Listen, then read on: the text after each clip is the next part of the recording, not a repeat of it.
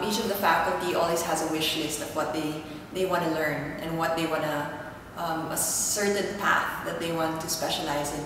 And for myself and even maybe JP and even Mark, it was really more about taking a look at the development of a woman. Majority of our classes are really women, and we want to offer them something for the different stages in their life. And I think it's part of our advocacy that we always want to find something that's personal and something that is relevant for that point in their life. And the Birthlight movement actually covers a wider range and an unbelievable amount of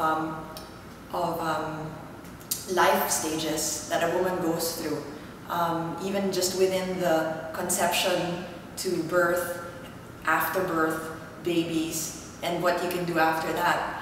And it's funny because we had the Rainbow Kids before the prenatal, and we never really pieced the different pieces together until now. It's only now starting to come to play, having gone through the process of the evolution of life.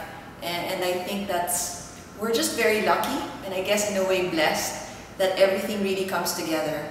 I think it's a genuine, sincere interest that each of us have in the development of the students. And that's what led us to all the great teachers that we've had in the last year. In the beginning, the ashram was really built so that we could learn as much of yoga as possible. And we never realized how much more beyond the asana practice, the physical practice, there is to yoga, only when we started learning ourselves from the different teachers. And one step led towards the other. So the Birthlight classes are a perfect fit to it because we all really believe that yoga allows you to transform and to live a better life. And what better way to live a better life than to start from the beginning of life. And that's where we think that it's just a natural progression. The way we've learned, we've actually been reborn, and we're coming back again to being conceived. And our own journey as teachers and as students really reflect the vision of the ashram. And we just know that everything we do is so that we can learn more about the practice, both as students and as teachers. Prenatal yoga course, I think, came a lot from my misconceptions as to what prenatal classes was. And a lot of it really was initially to think about how the birthing process can be made easy. But it wasn't just all about that. That was just maybe like a really, really small but big part of the whole program. And I think what it was is that the way the course was delivered was an experience in itself.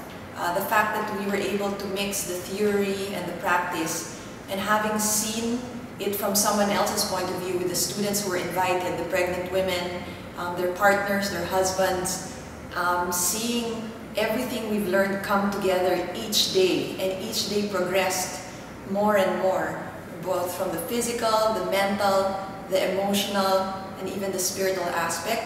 I think we've all been transformed somehow. It's a transformation that's not just purely spiritual in the sense that you understand, but you actually understand with knowledge. And I think that's a really, really strong basis to start, where you have the toolkit, the ability to understand more than just what you feel, that there's actually a basis for all the things that happen in life. So that's what I really love about it. I think this is an absolutely underserved segment of life. Everybody thinks about how life is when you're actually an adult, because that's when you actually have the mindset to find help or to reach out, your ability. But as children, as kids, as babies, the ability to express that and relate that to your parents may be there, but maybe parents also are not aware of how that interacts. So I think from a developmental point of view, raising happy babies, happy children, happy mothers really is more preventive than reactionary later on in your life. So if you could start the happy process, or the your ability to make better lives as young as they can, then yes, especially in a country with 100 million people and growing. And I find that generationally, people now are more focused on health and well-being, and it's all about wellness. It's no longer just about wealth, money, or power or fame. They realize that well-being really allows you to enjoy life.